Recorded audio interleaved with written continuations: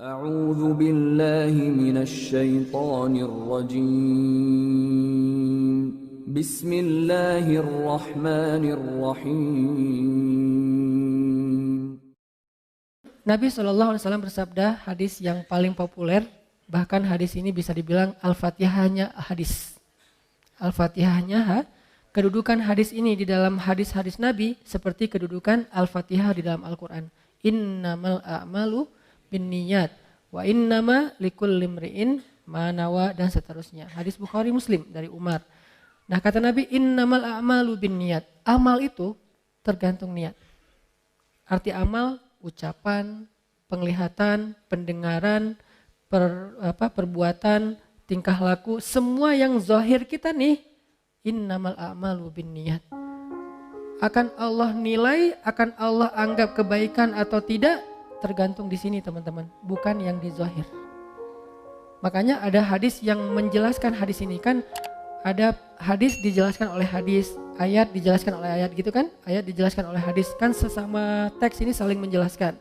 Hadis Nabi bilang, innallaha la yanzuru ila aswarikum wala ila amwalikum wala ila a'malikum walakin yanzuru ila qulubikum. Allah ngelihatnya bukan ke penampilan kalian dulu. Allah nggak ngelihat perbuatan kalian dulu. Allah nggak ngelihat harta kalian dulu. Allah ngelihat hati kalian dulu. Yang ngelihat hati di sini artinya apa? Hatinya baik atau enggak? Bukan. Ikhlas apa enggak?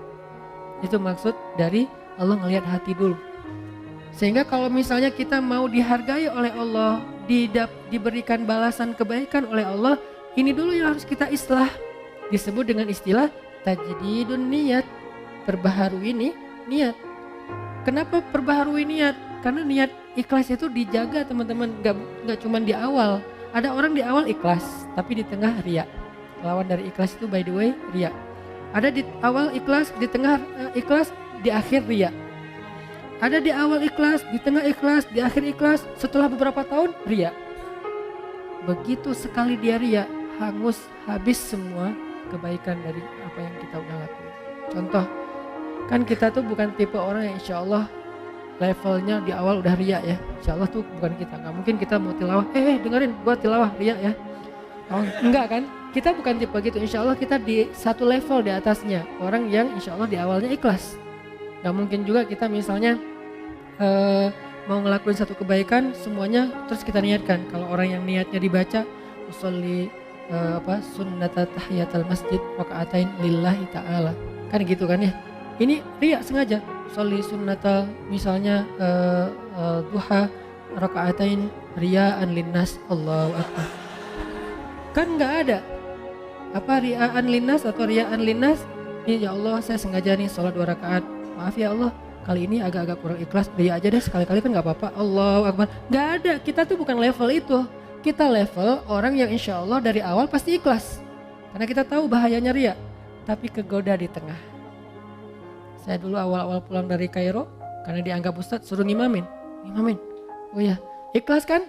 Kata Nabi, hiasilah Al-Quran dengan suara kalian. Oh ya udah, saya hiasi semampu saya dengan suara saya. Alhamdulillahirabbil alamin. Di tengah gitu kan ya. Begitu ada yang nangis di belakang, bagus juga ya suara saya. Mulai di awal ikhlas, di tengah riya. Dan apakah saya berniat mau riya? Enggak. Riya itu bukan kita niatin. Yuwaswisu fi sudurin. Nah, setan yang membisikkan dalam hati kita, dan itu bukan disengaja. Sehingga kita tajdid. Begitu setan, bagus juga suara lu. Astagfirullahaladzim, bagus.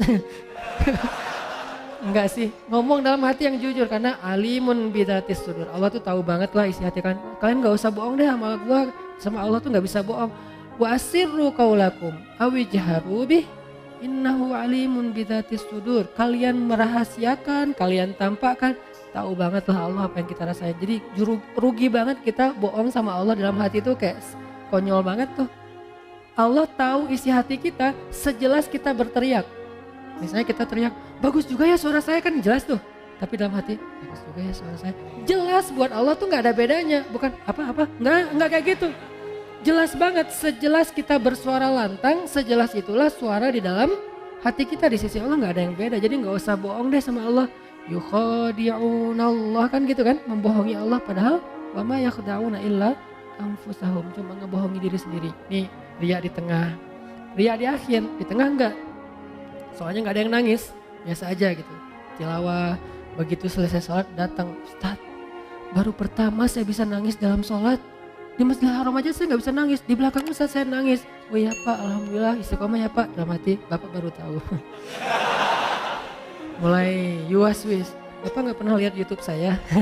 Mulai yuas, itu kan terjadi kan, saya pernah ngerasain itu teman-teman. Makanya tajdid, perbaharui lagi. Kayak pas sholat di mall, itu yang paling agak gregetan. Sholat di mall kan di basement gitu, musola, sholat maghrib. Karena saya pakai kaos, pakai celana biasa, gak disuruh jadi imam dong. Yang disuruh jadi imam bapak-bapak yang pakai bajunya rapi, imamin aja. Saya, oh ya udah kita lihat aja nanti. Jadi ngomong. Begitu si bapak baca Quran, tuh kan kata saya juga apa? Udah nggak usah lama-lama, Al-Ikhlas aja gitu. Besok-besoknya kepancing nih. Jadi kayak nggak percaya gitu kan sama orang, lihat muka-mukanya kayaknya nih orang-orang polos nih. Pas lagi mau dorong-dorong, saya kayak kedorong gitu. Siapa sih yang dorong saya gitu? Pura-pura kedorong gitu. Ini bukan saya loh yang mau ya, nggak tahu siapa sih yang dorong saya gitu. Udah, Sof, benerin Sof. Dalam hati, Sof udah, dengerin ya. Nih gini nih tilawahan yang benar nih. Allah, ria. Mau saya baca 1 juz, 10 juz, 30 juz, 1 huruf pun gak ada nilainya di mata Allah. Innamal a'malu binniyat. Dan gak bisa saya bohong sama Allah. Bohong ke manusia mungkin bisa. Saya kayak bacanya kayak khusyuk banget. Orang-orang sampai kagum gitu, respect. Masya Allah ya suaranya, bacaannya luar biasa. Pasti dari hati nih, karena kerasa di hati. Kata dia. Tapi kan Allah tahu. Tapi Allah maha menutupi aib. Allah gak mau buka. Enak aja lo ngomong. Enggak. Allah baru buka aib nanti di akhirat. Di dunia gak akan Allah buka. Allah menjaga aib kita. Supaya apa? Supaya kita perbaiki diri. Ya Allah dia ngomongnya gitu, padahal enggak. Astagfirullahaladzim. Tajdid niat, perbaharui lagi niatnya, perbaharui. Ini pengennya karena Allah. Datang setan-setan tuh gak akan lepas kita. Dia pegang erat-erat tuh. Setan gak mau ngelepas kita sampai kapan? Sampai mukhlasin. Gak ada bedanya lagi tadi pujian atau celaan. Baru dia akan nyerah. Tapi kan kelas kita masih mukhlisin ya. Itu juga kalau mampu. Nah, kadang-kadang bukan di akhir, nanti setelah beberapa tahun. Nah, kayak misalnya kita tahajud. Udah 10 tahun nih tahajud. Tiba-tiba ada teman kita mancing.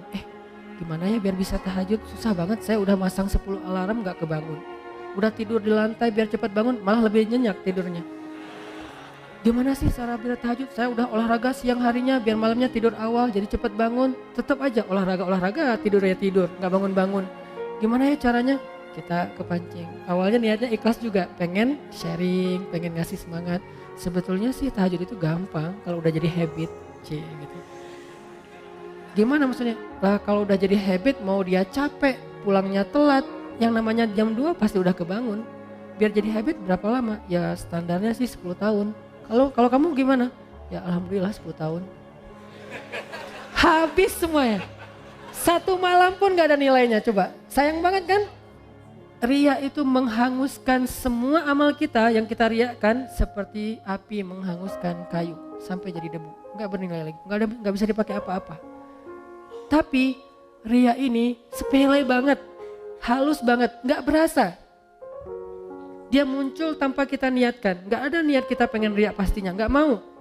Lu tanya dong ke gue tentang tahajud biar gue bisa riak. Gak mungkin kan. Gak ada kayak gitu. Dia kepancing oleh orang lain. Lebih parah lagi kadang-kadang kepancingnya justru karena celaan. Kita dipancing oleh orang-orang yang gak menghargai kita. Lu gak tahu ya. Kayak misalnya seorang istri. Suaminya misalnya kayak ngerasa paling banyak berjasa sendiri. Paling banyak berbuat. Paling penting di rumah itu. Akhirnya istrinya, tahu nggak sih kerjaan saya di rumah ngapain aja? Sebutin satu persatu pengorbanannya, kebaikannya. Gara-gara kepancing oleh suami, habis semuanya.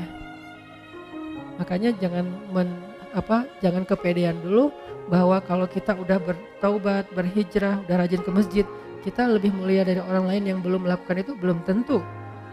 Kebaikan kita yang banyak, apakah menjamin kita lebih mulia? Belum tentu. Sampai akhir hayat baru dihitung. Karena hisab itu bukan di dunia, di akhirat. Kenapa kita udah menghisab di dunia? arti menghisap udah langsung bikin nilai bahwa saya lebih baik dari kamu, bahwa saya lebih mulia dari kamu. Ngapain kita katakan itu? Padahal kita belum wafat. Kok masih belum bisa disimpulkan, Ustaz? Bukankah nanti di akhir hayat bisa aja semuanya jadi hangus gara-gara riya? Seorang kakek ngumpulin keluarganya pas lagi sakit keras. Anaknya, cucunya, menantunya. Nah, cucu-cucu semuanya jangan tinggalin sholat ya.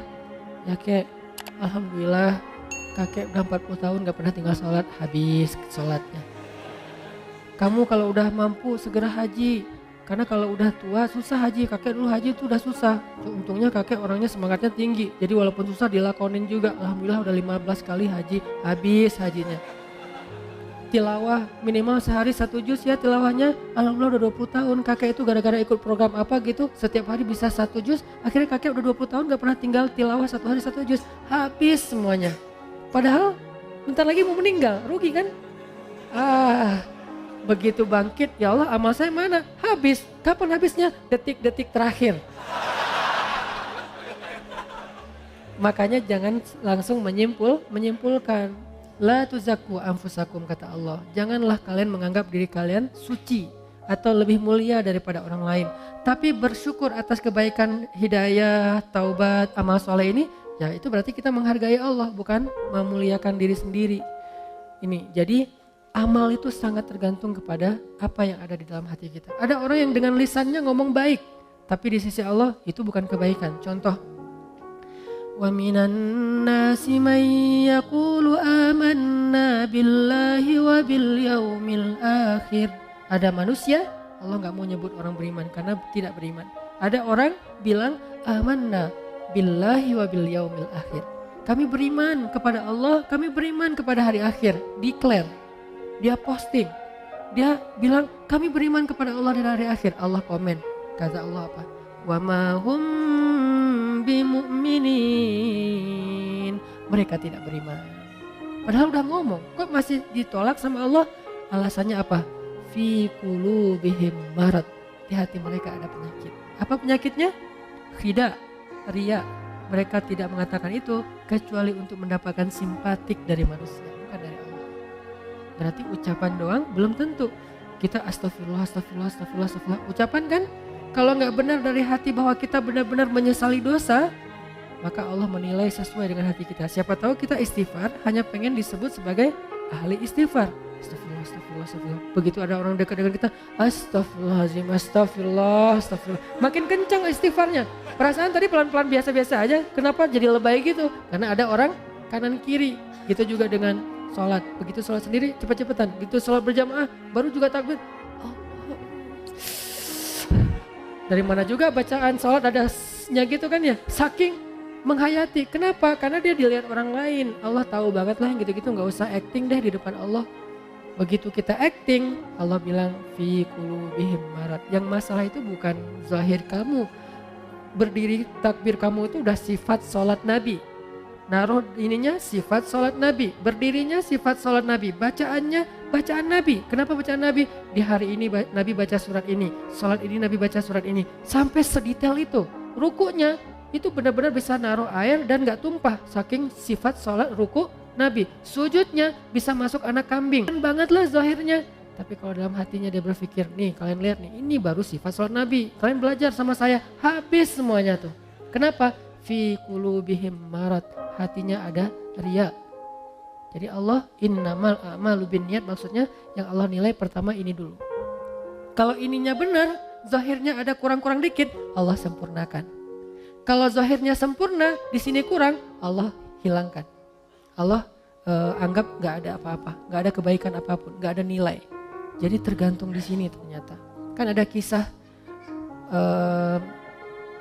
orang yang pengen sedekah, diam-diam kan, tiga kali salah. Dia bilang, ya Allah, nanti kalau udah malamnya larut, orang semuanya pada tidur, saya baru mau sedekah. Ini berarti dia sedekahnya kan diam-diam ya, gak ada yang lihat ya, ikhlas gitu. Karena ada dulu cicitnya Nabi, Ali bin Husain Zainal Abidin. Beliau itu kalau mau ngasih sedekah ke orang miskin, tunggu sampai semua orang dalam kampung itu tidur. Begitu orang udah pada tidur, baru keluarlah Ali bin Husain bawa roti, naruh di depan rumah orang-orang miskin. Terus pulang aja. Dan gak mungkin juga orang miskin pakai CCTV kan. Jadi dia tahu gak ada yang lihat, ditaruh. Pulang pagi-pagi orang miskin buka pintu, ada kantong di dalamnya roti. Setiap malam kayak gitu. Dan gak ada yang tahu kalau itu Ali bin Husain. Kapan taunya? Begitu Ali bin Husain Zainal Abidin wafat, udah gak ada lagi roti di depan rumah orang miskin. Baru orang mengatakan berarti selama ini yang ngasih adalah Ali bin Husain Zainal Abidin. Saking merahasiakan amal, biar Allah dan saya aja yang tahu. Kita berdua aja ya, Allah yang tahu, yang lain gak usah. Itu romantis banget loh sama Allah. Jadi kalau ada yang ngomong, tuh gak pernah sedekah, ya Allah dia gak tahu. Biar kita aja sama Allah yang tahu. Itu keren loh. Jadi ada amal yang biar jadi rahasia. Kan kalau ada rahasia tuh jadi terkesan akrab ya. Kayak romantis gitu kan. Kayak kita misalnya dengan orang-orang khusus, sahabat kita, geng kita. Kan kita punya rahasia yang orang lain gak tahu kan. Jadi kalau ada orang yang ngomongin macam-macam, kita ngelirik dia aja sambil senyum-senyum. Dia gak tahu kan. Nah ini dengan Allah juga harusnya ada kayak gitu. Walaupun gak mungkin semua amal pastinya. Masa ke masjid kita gak ada yang tahu. Berarti ke masjidnya pas gak lagi azan. Kamu ngapain jam 12 ke masjid? Saya sholat jamaahnya gak ada yang tahu, ikhlas. Gak ada azan juga. Tapi kalau misalnya sholat jamaahnya pas azan, ya pasti orang tahu lah dia tuh rajin sholat jamaah. Ya itu di luar kemampuan kita. Bagian itu kita tajdid dunia. Tapi yang lain yang masih bisa dirahasiain, rahasiain. Karena ada ulama dulu tuh merahasiakan ibadah malamnya sampai 40 tahun gak ada yang tahu kalau dia tuh tahajud. Jadi orang bilang dia tuh gak pernah tahajud. Padahal dia tahajud. Kok orang gak ada yang tahu? Caranya kalau orang masih melek dia biasa-biasa aja.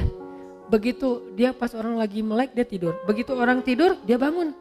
Dia lagi sholat pas orang balik badan, karena orang tidur juga gerak ya. Pas orang balik badan dia langsung khawatir gitu. Ya Allah ketahuan. Ternyata dia cuma balik badan lanjutin. Waktunya orang bangun dia tidur lagi. Selama 40 tahun. Kenapa? Kata dia, saya tidak mau melakukan sesuatu yang diketahui manusia, kemudian setan menggoda saya untuk menjadi orang yang riya. Sehingga dirahasiakan, ketahuan gara-gara ada yang iseng ngintip. Akhirnya ketahuan juga, ya Allah saya pernah udah pengen ikhlas, jadi bukan saya yang mau loh ya, ini saya tetap ikhlas kan. Ikhlas tapi riya, jadi riya terhadap ikhlas. Ini unik, ada orang yang riya terhadap ikhlas. Lo kenapa gak pernah melakukan tahajud? Gak, orangnya gak mau sebut-sebut kalau tahajud. Udah biasa ngelakuin tengah malam jam sekian juga gak pernah dikasih tahu ke siapa-siapa, ikhlas dong. Ini riya terhadap ikhlas. Kenapa sih lo tilawah Al-Quran pelan-pelan? Soalnya suara gue terlalu bagus kalau terlalu kencang. Daripada gue nanti jadi riya, gue bacanya pelan-pelan aja. Terus ada yang pamer gitu, ada yang show off gitu di sebelah. Alhamdulillah, suara gitu aja pamer. Riya terhadap keikhlasannya. Jadi nggak rela kalau orang lain riya karena dia ngerasa ikhlas. Jadi pengennya lu nggak usah riya depan gue deh, gue ikhlas. Kalau gue mau pamer bisa, cuma kan gue nggak mau, gue pengennya ikhlas. Ini namanya ikhlas apa? Riya terhadap ikhlas. Ini aneh banget. Sama dengan orang yang perlu istighfar terhadap istighfar. Ya istighfar, al istighfar yahtajul istighfar. Istighfarnya membutuhkan istighfar. Kenapa? Istighfarnya itu riya banget. Astagfirullah, ya Allah, zalamtu nafsi zulman katsira. Oh nggak ada lagi orang, amin, udah pergi aja.